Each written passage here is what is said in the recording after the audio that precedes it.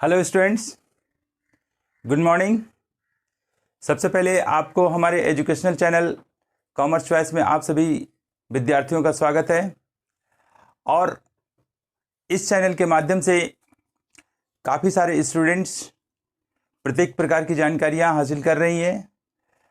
तो आज का मेन टॉपिक है वह इंडियन रुपीज़ में अमाउंट को, और यहाँ पर भी आपको इंडियन रुपीज़ में दिखाना होगा।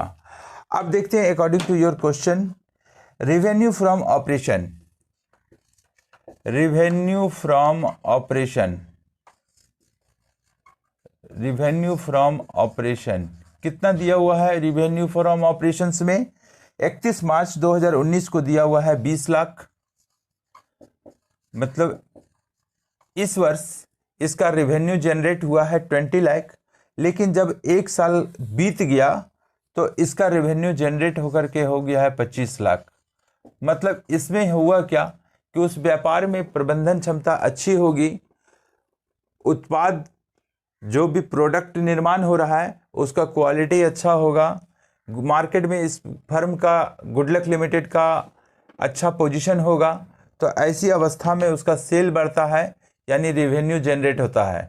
तो 20 लाख से 25 लाख हो गया, तो इसका मतलब हुआ कि 5 लाख रुपया जो है जो हमारा इंक्रीज किया है, मतलब बढ़ गया है।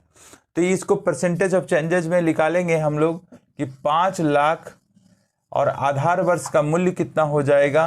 20 लाख गुना 100। तो ये निश्चित है कि ये 4 से डिवाइड होगा और 25 से फिर कट जाएगा। इसका मतलब क्या हुआ कि 25% का हमारे पास इंक्रीज हुआ है जनरेट, माने ये रेवेन्यू फ्रॉम ऑपरेशन। इसका मतलब क्या हो रहा है कि 20 लाख से 25 लाख हो गया, 5 लाख रुपया मेरा वृद्धि हुआ।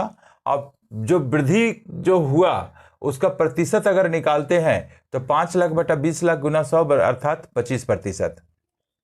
अब अगला बार में बोला हुआ है क्या पॉइंट में कि ये आपका दिया हुआ है अदर एक्सपेंसेस के रूप में। यहाँ पर हम लोग निकाल लेते हैं इस चीज़ को कि एक एम्प्लॉय बेनिफिट एक्सपेंसेस है और अदर एक्सपेंसेस है। तो यहाँ पर हम लोग इस चीज़ को क्लोज कर देते हैं। देखिए थोड़ा सा बनाने का तरीका अलग रहेगा। अब यहाँ पर आप इस चीज़ को डबल लाइन क्लोज करके आप दिखा सकते हैं इस चीज़ को। यहाँ पर हम एक पोर्शन में लेते हैं, यहाँ टोटल इनकम देखते हैं कि हमारा इनकम कितना हुआ टोटल। तो 2019 में 20 लाख रुपया हुआ है और 2020 में हमारा 25 लाख हुआ है। 5 लाख रुपया का जनरेट हुआ था, रेवेन्यू इंक्रीज किया है 25% ये हुआ। अब यहाँ पर देखते हैं क्या कि एक्सपेंसेस, कौन कौन सा एक्सपेंसेस है। अगर एक ही एक्सपेंसेस रहता तो हम तो माइनस यहाँ से भी कर सकते थे, लेकिन यहाँ दो तरह का एक्सपेंसेस दिया हुआ है। एक दिया हुआ है employ benefit scheme, benefit expenses.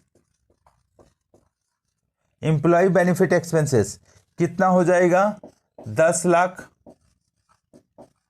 और यहाँ हो जाएगा 12,50,000। तो कितना बढ़ गया हमारा? 2.5 लाख रुपया बढ़ गया। तो हम लोग कैसे निकालेंगे इसका प्रतिशत?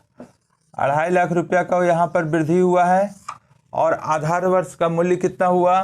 10 लाख हुआ, और इसको प्रतिशत में निकालना है तो 100 से डिवाइड करते हैं, 4 फिर हुआ 25%, अर्थात ये भी हमारा 25% है। अब देखते हैं दूसरा पॉइंट में क्या हुआ कि अदर एक्सपेंसेस बोलता है। Other expenses, other expenses, other expenses कितना दिया हुआ है आपका? यहाँ पर दिया हुआ है 2.5 लाख रुपया और इस जगह पर हो गया 1,25,000 रुपया।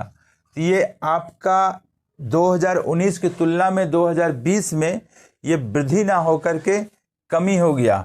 कितना कमी हुआ? तो 1,25,000 कमी हुआ। तो इसको किस रूप में लिखेंगे? इसको ब्रैकेट में इंडिकेट कर दीजिए। इससे आपको यह पता चल जाएगा कि कौन सा आइटम में वृद्धि हुआ है और कौन सा आइटम में कमी हुआ है। तो तो जो कमी हुआ रहेगा, जो इसमें डिक्रीज होगा, तो उसमें से 1,25,000 रुपया को हम लोग ब्रैकेट में लिखेंगे। ओके, तो 1,25,000 रुपया जो है वह हमारा क्या होगा, 1,25,000 हमारा जो कमी का अमाउंट है उसको दिखाएंगे, और 2,50,000 रुपया जो है वह हमारा आधार वर्ष का मूल्य है, इसको 2 से डिवाइड करेंगे तो यहाँ पर हमारा 50% हो गया। तो हमें इसको भी ब्रैकेट में रखना पड़ेगा, ये निश्चित है। तो इससे क्या क्या क्लियर हुआ कि जो हमारा गुडलक लिमिटेड का जो चल रहा था बिजनेस, उसमें से एम्प्लॉय बेनिफिट एक्सपेंसेस में हमारा 25% का इंक्रीज हुआ है, किसकी तुलना में, गत वर्ष यानी 2019 की तुलना में। लेकिन अदर एक्सपेंसेस अगर करते हैं तो निश्चित है कि 31/3/2020 को 20 लाख से 25 लाख रिवेन्यू जनरेट हुआ है, लेकिन अदर एक्सपेंसेस 2,50,000 से 1,25,000 हुआ। इसका मतलब क्या हुआ कि उस व्यापार के लिए अच्छा पोजीशन इसलिए माना जा रहा है कि हमारे रिवेन्यू जनरेट ज़्यादा हो रहा है और खर्च भी कम हो रहा है। तो ये अच्छी बातें हैं बिजनेस के लिए। तो हम कि इस जगह पर इसको फिर अंडरलाइन करते हैं और डबल लाइन क्लोज करते हैं इस जगह पर, और इसके बाद देखते हैं क्या कि अदर एक्सपेंसेस का टोटल आइटम हो 2 है, और दोनों का अमाउंट जोड़ने के बाद में 2019 में 12.5 लाख रुपया का अदर एक्सपेंसेस हुआ। इसको हम लोग दिखाएंगे बी आइटम पर कि टोटल एक्सपेंसेस, क्या दिखाएंगे, टोटल एक्सपेंसेस। तो 12,50,000 हुआ, जबकि 31/3/2020 को हमारा 13,75,000 हुआ। तो इससे क्या क्लियर हुआ कि 12,50,000 टोटल एक्सपेंसेस है 2019 में, और 2020 में 13,75,000 हो गया। तो इसका मतलब कितना वृद्धि हुआ, तो 1,25,000 रुपया हमारा बढ़ गया। जबकि केवल एक आंकड़ा पर देखा जा रहा था कि अदर एक्सपेंसेस में 1,25,000 कमी हुआ, लेकिन जब टोटल एक्सपेंसेस का कैलकुलेशन हम लोगों ने करना चालू किया तो उससे पता चलता है कि 12,50,000 से बढ़ करके 13,75,000 हो गया। इसका मतलब 1,25,000 रुपया जो है वह हमारा बढ़ गया। तो 1,25,000 को रफ वर्क में करते हैं तो आधार वर्ष का मूल्य 12,50,000 गुना 100% निकालते हैं यहाँ पर, तो 10 से डिवाइड कट गया, तो 10 को 100 से काटेंगे तो 10%, यानी कि 10% यहाँ हुआ। इसको तो हम ब्रैकेट में नहीं लिखेंगे। अब क्या आया ये वाला हमारा कि अब हमको दिखाना है यहाँ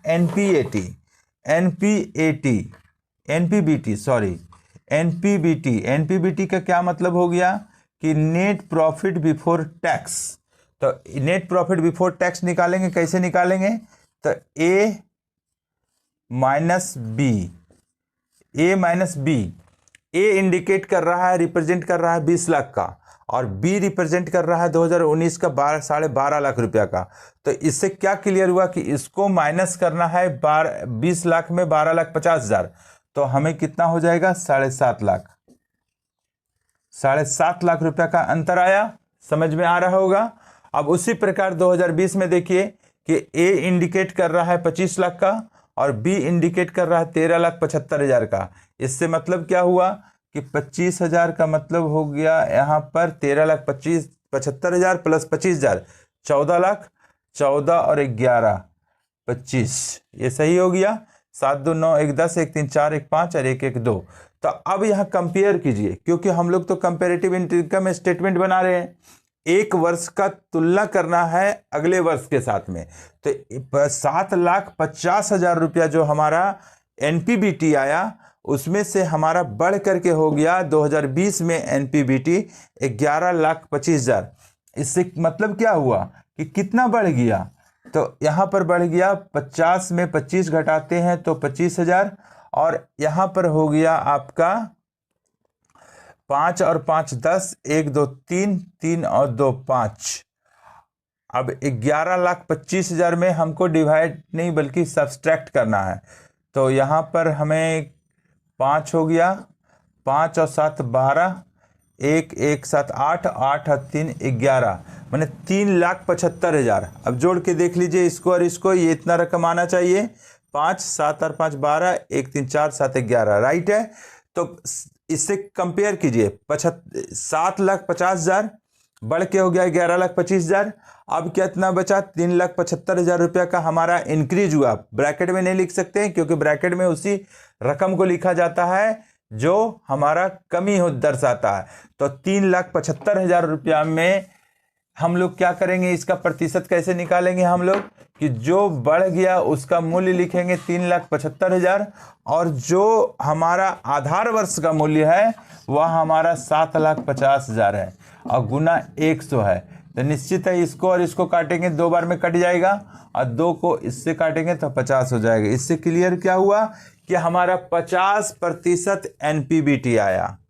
अब यहाँ लास्ट में बोलता है क्या, कि गवर्नमेंट को जो रेट देना है, टैक्स देना है जो, वह इस रकम पर नहीं दिया जाता है बल्कि एनपीबीटी पर दिया जाता है, कि net profit before tax, tax देने के पहले। अब यहाँ पर आ जाता है rate of tax, rate of tax 40% है, रेट ऑफ टैक्स या इनकम टैक्स लिख सकते हैं। यह रेट ऑफ टैक्स कितना दिया हुआ है सवाल पर, 40% रेट ऑफ टैक्स। तो इसको हम लोग लेस करेंगे, कितना 40% कितना हो जाएगा 7.5 लाख रुपया का, तो 7.5 लाख का 40% हो जाएगा 3 लाख। 7.5 लाख का 40% कितना हो जाएगा 3 लाख। 7,50,000 गुना 40%, ये 3 लाख हो गया, राइट। अब इसको जस्ट जितना परसेंटेज हमारा 40% गवर्नमेंट ले रही थी हमारे इनकम पर, जस्ट लाइक 2020 में किसी प्रकार का परिवर्तन नहीं हुआ रेट ऑफ टैक्स में, यहाँ पर भी 40% चलेगा। तो 11,25,000 का 40% कितना हो जाएगा, तो आपका 4,50,000 हो जाएगा। कितना हो जाएगा, 4,50,000 हो जाएगा। अब इसको कंपेयर कीजिए कि 3 लाख था, आज के तारीख में 4,50,000 हो गया। कितना गवर्नमेंट को टैक्स दिए 2019 में, सवाल हो सकता है कि 3 लाख, और 2020 में कितना टैक्स दिए हम, 4.5 लाख। तो दोनों साल का अंतर कितना आया, तो 1.5 लाख का, कि हमने इनकम बढ़ाया, रेवेन्यू जनरेट हुआ कि 20 लाख से 25 लाख हो गया। इसका मतलब है क्या, कि हमको गवर्नमेंट को भी टैक्स ज़्यादा देना पड़ा। कितना देना पड़ा ज़्यादा, 1.5 लाख ज़्यादा देना पड़ा। तो इसको कैसे निकालेंगे फिर, 1.5 लाख डिवाइडेड बाई 3 लाख गुना 100, तो यहाँ 2 से कटा 50। रफ वर्क किए हम ये चीज़ को। तो अब यहाँ पर मामला आता है क्या, कि ये जो लेस करेंगे हम, वह हमारा क्या आएगा, वह हमारा आएगा एनपीएटी। एनपीएटी क्या हुआ, नेट प्रॉफिट बिफोर टैक्स नहीं बल्कि नेट प्रॉफिट आफ्टर टैक्स। ये 7.5 लाख में 3 लाख हम गवर्नमेंट को दे देते हैं, तो हमारा व्हाइट मनी के रूप में बचता है 4.5 लाख, और 11,25,000 में हम 4.5 लाख रुपए का टैक्स दे दिए, तो हमें बचा 5 और 7 12, 1 4 5 और 6 11। अब इसको कंपेयर कीजिए तो देखिएगा इसको कि 5 इससे डिवाइड सब्सट्रैक्ट कीजिए, 5 और 2 7, 4 और 2 6, 2,25,000 रुपया हमारा यहाँ पर हो गया। तो 2,25,000, आधार वर्ष का मूल्य कितना है, 4.5 लाख है, गुना 100, तो 2 से डिवाइड हुआ तो 50% आ गया। तो आप इस सवाल में क्या सीखें, आपको इस सवाल में सीखने का मौका यही मिला कि एक बिजनेस में कंपैरेटिव स्टेटमेंट जो बनाया जाता है, income statement, comparative income statement, वह एक वर्ष का तुलना किसी दूसरे वर्ष के साथ में किया जाता है जो कंसेक्यूटिव वे में रहता है। जैसे इस सवाल में आपको 31/3/2019 का कंपेयर किया गया 31/3/2020 के साथ। तो 20 लाख हमारा रेवेन्यू फ्रॉम ऑपरेशन आया हुआ है, जिसमें से हमारा इनकम जनरेट हुआ वह 25 लाख हो गया 2020 में। 5 लाख हमारा एब्सोल्यूट चेंजेज है, इंक्रीज ऑर्डर पर है, तो 25% हम निकाले, और यहाँ इस चीज़ को ब्लॉक कर दिया जाएगा इसलिए कि हमारा एक्सपेंसेस का आइटम्स जो है से एक नहीं बल्कि 2 है। तो दोनों एक्सपेंसेस को एक साथ घटाना थोड़ा मुश्किल हो जाता है, इसलिए यहाँ एक हेडिंग के तौर पर हम ए रिप्रेजेंट किए जो लिखे टोटल इनकम। अब एक्सपेंसेस में हम देखते हैं कि दोनों एक्सपेंसेस को हम लोग जोड़े तो परसेंटेज देखें क्या, कि एम्प्लॉयज बेनिफिट एक्सपेंसेस में 10 लाख से बढ़कर के 12,50,000 हो गया। अब यहाँ क्या बढ़ा, 2,50,000 बढ़ा और 25% का इंक्रीज हुआ है। अदर एक्सपेंसेस में 2.5 लाख से 1,25,000 हो गए, माने घट गया है। तो घट जो जाएगा, डिक्रीज हो जाएगा, उसको हम ब्रैकेट में लिखेंगे, मतलब अदर एक्सपेंसेस 50% का हमारा डिक्रीज किया है। तो टोटल एक्सपेंसेस हमारा कितना हुआ, 12,50,000, और इससे बढ़ करके 13,75,000 हो गया। तो ये दोनों का अंतर आया 1,25,000। तो परसेंटेज में हम जब देखते हैं तो 1,25,000 बटा 12.5 गुना 100 अर्थात 10%। तो इससे यहाँ क्लियर क्या होता है, ये इम्प्लॉय बेनिफिट एक्सपेंसेस में तो बढ़ तो गया जरूर कि रेवेन्यू जनरेट हुआ ज़्यादा, तो हमारा ये भी बढ़ा, लेकिन सबसे खुशी की बात ये चीज़ है कि रेवेन्यू हमारा बढ़ गया, लेकिन अदर एक्सपेंसेस के हेडलाइंस में हमारा खर्च भी घट गया। ये बहुत ही बड़ी बात है और अच्छी बातें हैं कि 2,50,000 से 1,25,000 हो गया, 1,25,000 का कमी हो गया, तो संतोषजनक बात है। तो इसको अब हेडिंग ए हमारा हुआ और टोटल एक्सपेंसेस का हेडिंग बी हुआ। तो हमको एनपीबीटी निकालने के लिए, नेट प्रॉफिट बिफोर टैक्स निकालने के लिए ए माइनस बी, मतलब इस आइटम में इसको घटाना है, टोटल इनकम में टोटल एक्सपेंसेस को घटाना है। तो 20 लाख में 12,50,000 को घटाएं तो 7.5 लाख, और 25 लाख में 11,25,000 को, 13,75,000 को घटाएं तो 11,25,000 था, अंतर आया 3,75,000।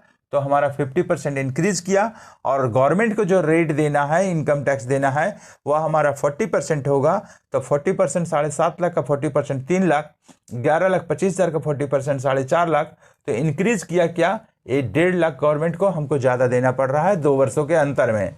तो 50% यहाँ भी हुआ, और ये दोनों का जो अंतर आया एनपीबीटी में, नेट बिफोर टैक्स में, अगर टैक्स घटाने के बाद जो शेष आता है वह हमारा कहलाता है नेट प्रॉफिट आफ्टर टैक्स, यानी कि ये 4.5 लाख, 6,75,000, 2,25,000 बढ़ गया, अर्थात 50,000 रुपया का, नहीं 50% का हमारा इंक्रीज किया है एनपीएटी।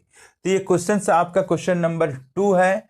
अब इसको मैंने 2 बार समझा दिया अच्छे तरीके से, और आशा और विश्वास है मुझे कि आप लोगों को अच्छी तरीके से समझ में आ गया होगा। और अभ्यास करने का कोशिश कीजिए, जो भी बताया जा रहा है उसको गहन चिंतन कीजिए और तुरंत बनाने का प्रयास कीजिए इस चीज़ को, ताकि आपके दिमाग में तुरंत ये बातें रह सके। अब देखते हैं अगली क्वेश्चन का, सेम टाइप का है, तो एक क्वेश्चन को हम आगे बढ़ के करते हैं काम को। तो क्वेश्चन नंबर 2 आपको मैंने बताया। अब देखते हैं क्वेश्चन नंबर 4 में क्या है। क्वेश्चन नंबर 4 में कहता है क्या, इसको सबसे पहले हम लोग पढ़ेंगे। क्वेश्चन नंबर 4, एक क्वेश्चन नंबर 4 में हम लोग सबसे पहले इस चीज़ को, सवाल को समझ लेते हैं कि from the following information prepare comparative income statement. Net revenue from operation net sales के रूप में दिया हुआ है 10 लाख, और बढ़ करके हो गया 15 lakh. Cost of good sold है, एडमिनिस्ट्रेशन एक्सपेंसेस है, अदर ऑपरेटिंग एक्सपेंसेस है, अदर इनकम है, और इनकम टैक्स है। तो इस चीज़ को हम कैसे बनाएंगे, इस चीज़ को देखिए, इस चीज़ को देखिए कैसे बनाया जाएगा। यहां पर लिखेंगे कंपैरेटिव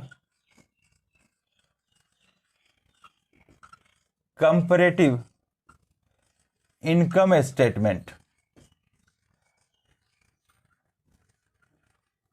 कंपनी का नाम है, कुछ नहीं दिया हुआ यहां पर। For the year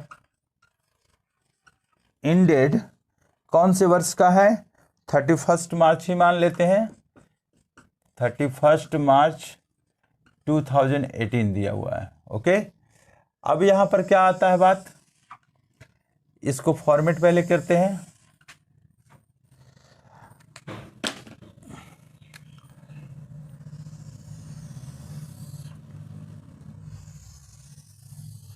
particulars, amount,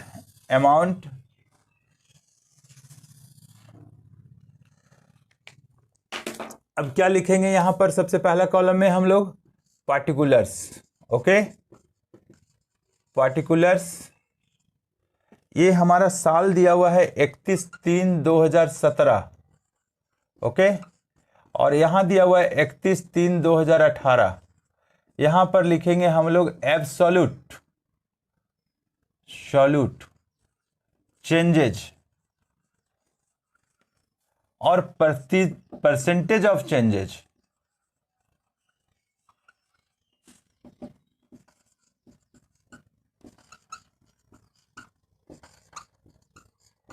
percentage of changes, अब इस चीज को हम लोग कैसे निकालते हैं इस चीज को देखते हैं।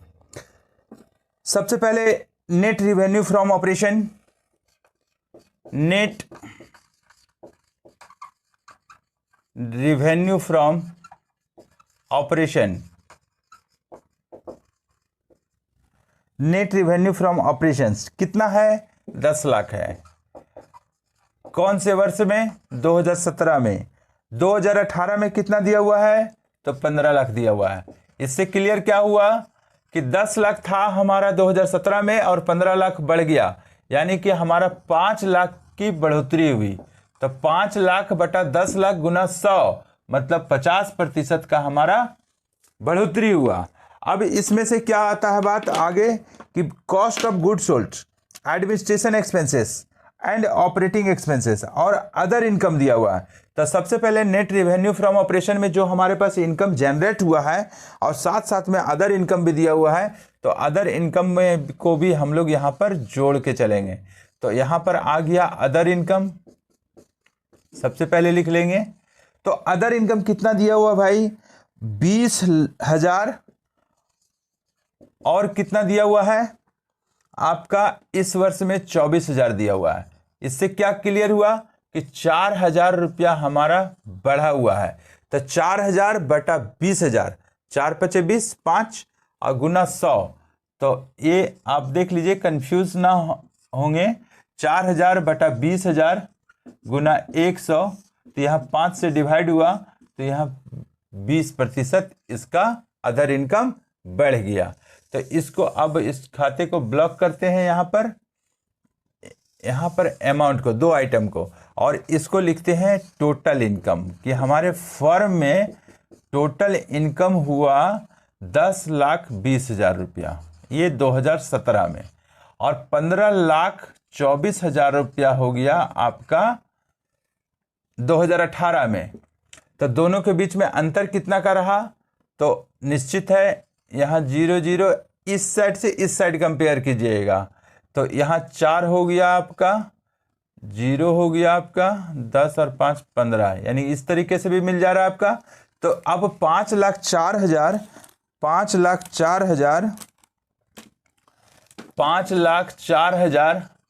बटा 10,20,000 गुना 100, तो निश्चित है कितना में कटेगा? 5,04,000 5,04,000 डिवाइडेड बाई आपका 10,20,000 गुना 100, कितना आएगा? इसको डिवाइड करने के बाद में कितना आएगा आपका? 49.41 गुना 100। तो ये 0 0 कैंसिल कर लीजिए इजी के रूप में। अब इस चीज़ को डिवाइड कीजिए आप, 1 0 और कैंसिल कर लीजिए आप, 100। अब 102 को 504 से हम गुना करते हैं तो आ जा रहा है नेट हमारा, यहाँ पर डाटा थोड़ा सा 102 और यहाँ पर हमारा 5,040 में डिवाइड कर देते हैं। 5,040 भागा 102, कैलकुलेटर 49 पॉइंट समथिंग आ रहा है इसका, ये 49 पॉइंट, ये देखिएगा डिवाइड करके 49.44 शायद आ रहा है, 44, ये देख लीजिएगा कंपेयर करके थोड़ा सा यहाँ पर अच्छा से। अब यहाँ पर आता है कि एक्सपेंसेस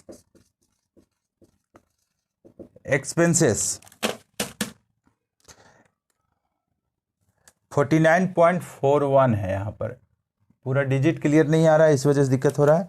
अब देख रहे हैं यहाँ पर एक्सपेंसेस में हमारा क्या दिया हुआ है कि cost of goods sold, cost of goods sold, ये एडजस्टमेंट नंबर 1 में है। कॉस्ट ऑफ गुड्स सोल्ड में 8 लाख से 11 लाख हो गया, 8 लाख से 11 लाख हो गया, तो कितना बढ़ा? 3 लाख बढ़ा। तो 3 लाख बढ़ा का मतलब कितना हो गया? 0 0 का कैंसिल करते हैं, 3 बटा 8 गुना 100, तो यहाँ 50, यहाँ 4 2 से काटे, यहाँ 25, यहाँ 2, मतलब 75/2 अर्थात 37.5%, 37.5%। ये प्रतिशत को ना लिखेंगे यहाँ पर क्योंकि ऊपर में परसेंटेज दिया हुआ है। अब administration expenses, administration expenses, administration expenses कितना दिया हुआ है? एडमिनिस्ट्रेशन एक्सपेंसेस 2017 का यहां तक पर दिया हुआ है। एडमिनिस्ट्रेशन एक्सपेंसेस दिया हुआ है 1 लाख। क्वेश्चन नंबर 4 में देखिएगा, और यहां पर दिया हुआ है 1.5 लाख 2018 का। इसका क्लियर क्या हुआ कि 50,000 रुपया का प्रशासनिक व्यय हमारा ज्यादा बढ़ा। तो 50,000 बटा 1 लाख गुना 100 मतलब 50% हमारा यहां पर बढ़ गया। अब आगे देखते हैं हम लोग कि ऑपरेटिंग एक्सपेंसेस, एक तीसरा है ऑपरेटिंग एक्सपेंसेस। ऑपरेटिंग एक्सपेंसेस ये कितना रकम दिया हुआ है? 1 लाख से 2,50,000 हो गया, 2,50,000 हो गया। तो कितना बढ़ा? निश्चित है कि 1.5 लाख बढ़ा। तो यहां पर हम लोग क्या लिखेंगे कि 0 कैंसिल, 40 इसको कैंसिल करेंगे तो 15/10 गुना 100, तो यहां पर 150% का हमारा बढ़ोतरी हुआ। तो अब इस चीज को क्या करेंगे हम लोग? यहां पर आ गया आपका नेट प्रॉफिट बिफोर टैक्स, तो यहां पर आ गया बी नंबर। तो कितना जोड़ के हम लोग देखते हैं इस चीज को? टोटल एक्सपेंसेस आ रहा है ये, टोटल एक्सपेंसेस कितना हो जाएगा? 8 1 9 और 1 10, 10 लाख रुपया हो गया। यहां पर कितना हो गया? 50 50 12 13 और 2 15 लाख। तो 10 लाख से बढ़ करके कितना हो गया? 15 लाख हो गया। 5 लाख बढ़ गया। 5 लाख बटा 10 लाख गुना 100, तो 5 दूना 10 मतलब 50% की हमारी एक्सपेंसेस में बढ़ोतरी हुई है। तो अब यहां पर क्या हम लोग निकालते हैं? NPBT, net profit before tax. तो इसको हम लोग ए हेडिंग और बी हेडिंग से घटाएंगे। तो 10,20,000 में हम 10 लाख रुपया माइनस हुआ तो हमें कितना बचा? 20,000 बचा। ठीक है। अब 15,24,000 में 15 लाख रुपया घट गया तो हमें 24,000 रुपया हमारा यहां पर माइनस में हुआ। ये 15,24,000 में 15 लाख घट जा रहा है तो माइनस नहीं 24,000 ही हो रहा है। ठीक है। अब इससे कंपेयर करते हैं 17 से 18, 20,000 से 24,000 हो गया, 4,000 आपका बढ़ गया यहां पर एनपीबीटी। तो 4,000 बटा 20,000, 4 पचे 20, 5 गुना 20 बराबर 100, मतलब 20% का आपका 20% का आपका क्या हुआ? एनपीबीटी आपका हुआ, मतलब बढ़ा हुआ है। अब यहां पर टैक्स दिया हुआ है क्या?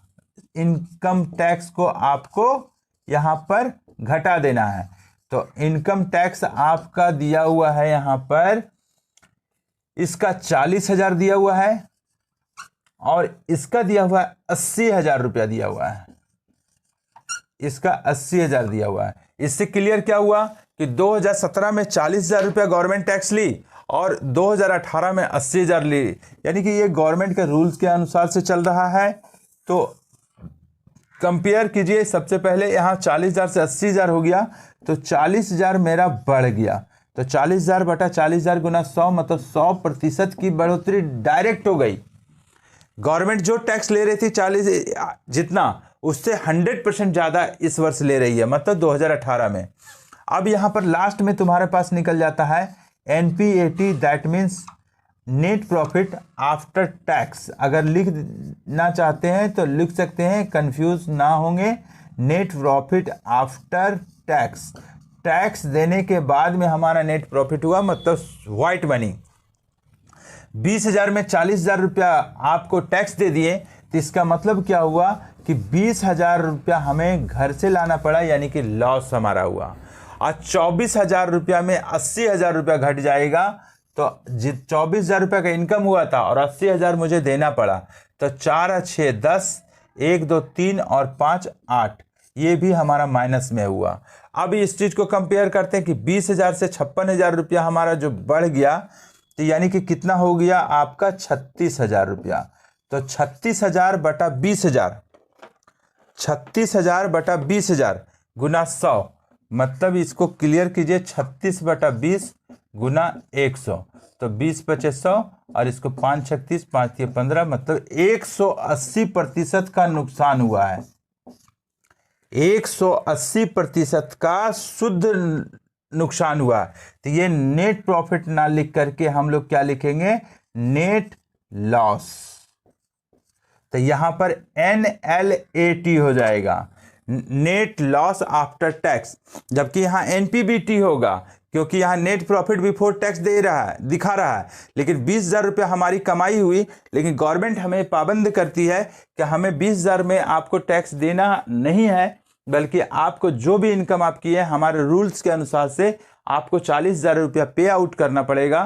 तो 40,000 रुपया मैंने गवर्नमेंट को पेड किया, तो मैं देखा फर्म में क्या कि 20,000 का मैं नुकसान पर हूँ।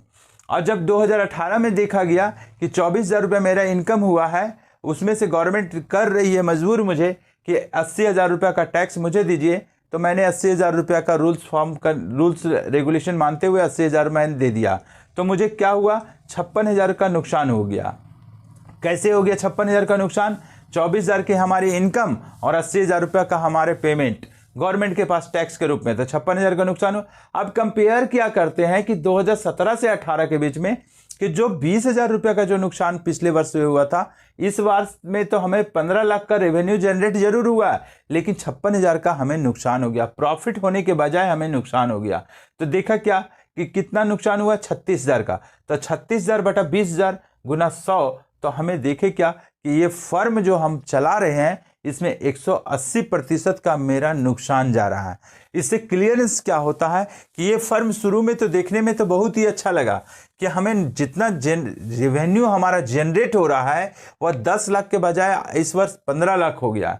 निश्चित है बढ़िया होगा फर्म, निश्चित है कि एक अच्छा पोजीशन होगा, उस फर्म में प्रबंधन की क्षमता अच्छी होगी, एम्प्लॉयज़ बढ़िया होंगे, लोगों को कार्य करने का शैली अच्छा होगा, लोग कार्य करने के दरमियान में जो भी उत्पादन कर रहे हैं, जो भी प्रोडक्ट का निर्माण कर रहे हैं, उसकी क्वालिटी भी बढ़िया होगी। लेकिन हमें यहाँ तो पता चल गया कि 10 लाख से 15 लाख हो गया, लेकिन जितने सारे हमारे इनकम जो हुआ, तो हमारा 10,20,000 2017 में हुआ और 2018 में 15,24,000 हुआ। यहाँ तक तो सारा चीज़ सही चल रहा है, लेकिन जो एक्सपेंसेस जो हुआ है इस फर्म में वह हमारा काफ़ी ज़्यादा हुआ। मैंने कॉस्ट ऑफ गुड सोल्ड जो हमारा है वह 8 लाख हो गया। मैंने 10 लाख हमारा रेवेन्यू हो रहा है और 8 लाख माल को बनाने में जो लागत लग जा रहा है वो काफ़ी लग जा रहा है। यहाँ सुधार की ज़रूरत है। 15 लाख यहाँ हुआ था, जिसमें cost of good sold 11 lakh, यहाँ पे सुधार की जरूरत है। मतलब कॉस्ट कम करने के लिए उस माल को बनाने में कच्चा माल का ज़रूरत जो है, उसका जो लागत जो ज़्यादा पड़ रहा है वो हमारे ज़्यादा पड़ रहा है, यहाँ पर देखने की बात है। उसी प्रकार प्रशासनिक जो खर्च जो हो रहा है यहाँ पर भी घटाने की बात है, इस वर्ष भी घटाने की बात है। और ऑपरेटिंग एक्सपेंसेस जो बिजनेस को संचालन करने में मुझे खर्च हो रहा है उसमें भी कम करने की बात है। तो अगर इन तीनों खर्च को अगर कम कर दिया जाए तो निश्चित है कि हमारा यहाँ इनकम बढ़ जाएगा। और गवर्नमेंट तो कम नहीं करेगी क्योंकि वो अपने रूल्स पर रहती है। तो ये 40,000 80,000 देने के बावजूद भी हमें लॉस ना हो करके ये प्रॉफिट होगा। तो हमारी कमियां इस बिजनेस में कहाँ है, ये आप एनालिसिस कैसे कर सकते हैं इस चीज़ को, यही सबसे बड़ी बात है। केवल क्वेश्चन को बना लेना बहुत बड़ी बात नहीं होती है, क्वेश्चन को एनालिसिस करना चाहिए, जानकारी लेना चाहिए, अंदर तक सोचना चाहिए इस क्वेश्चन के बारे में कि अगर ये एक फर्म है और ये पोजीशन पर है तो ये फर्म का क्या आगे जाकर के भविष्य हो सकता है, कहाँ सुधार की ज़रूरत है, कहाँ सेटिस्फैक्ट्री पोजीशन में, संतोषजनक अवस्था में। तो आपको मैं अन्वेषण करके बता रहा हूँ इस चीज़ को कि आपका एक्सपेंसेस जो यहाँ पर इस क्वेश्चन में जो एक्सपेंडिचर ज़्यादा हो रहा है इसको लो करने की ज़रूरत है, तब ये फर्म अच्छी तरीके से सुधार हो सकती है।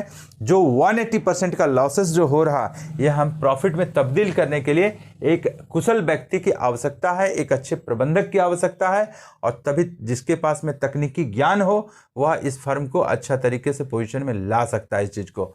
तो आज आपको मैंने बताया क्वेश्चन नंबर 2 और क्वेश्चन नंबर 4 कि एक फर्म में कंपैरेटिव इनकम स्टेटमेंट कैसे बनाया जाता है और बाजार के परिप्रेक्ष्य में आज ये कंपैरेटिव स्टेटमेंट की क्या भूमिका होती है और किस रूप में बनाया जाता है और कैसे कंपेयर किया जाता है और किस किस हेडिंग में दिखाया जाता है, एनपीबीटी कैसे निकाला जाता है, एनपीएटी कैसे निकाला जाता है, और एनपीएटी के बाद में एक एनएलएटी का जो पोजीशन आता है, नेट लॉस आफ्टर टैक्स, ये भी आपके बारे में आपके क्वेश्चंस में है, वो चीज़ के बारे में आपको मैंने जानकारी दिया।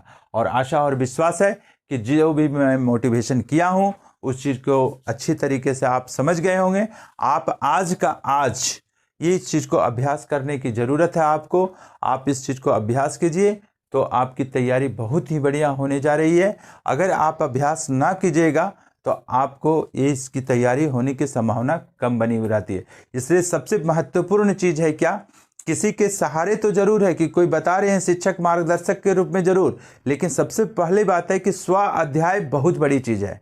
Self study, self study is more powerful, या अपना स्व अध्याय जो है वह बहुत ही शक्तिशाली होता है और वही अध्ययन जो आपकी तैयारी में बहुत बड़ा सफलता दिला सकता है।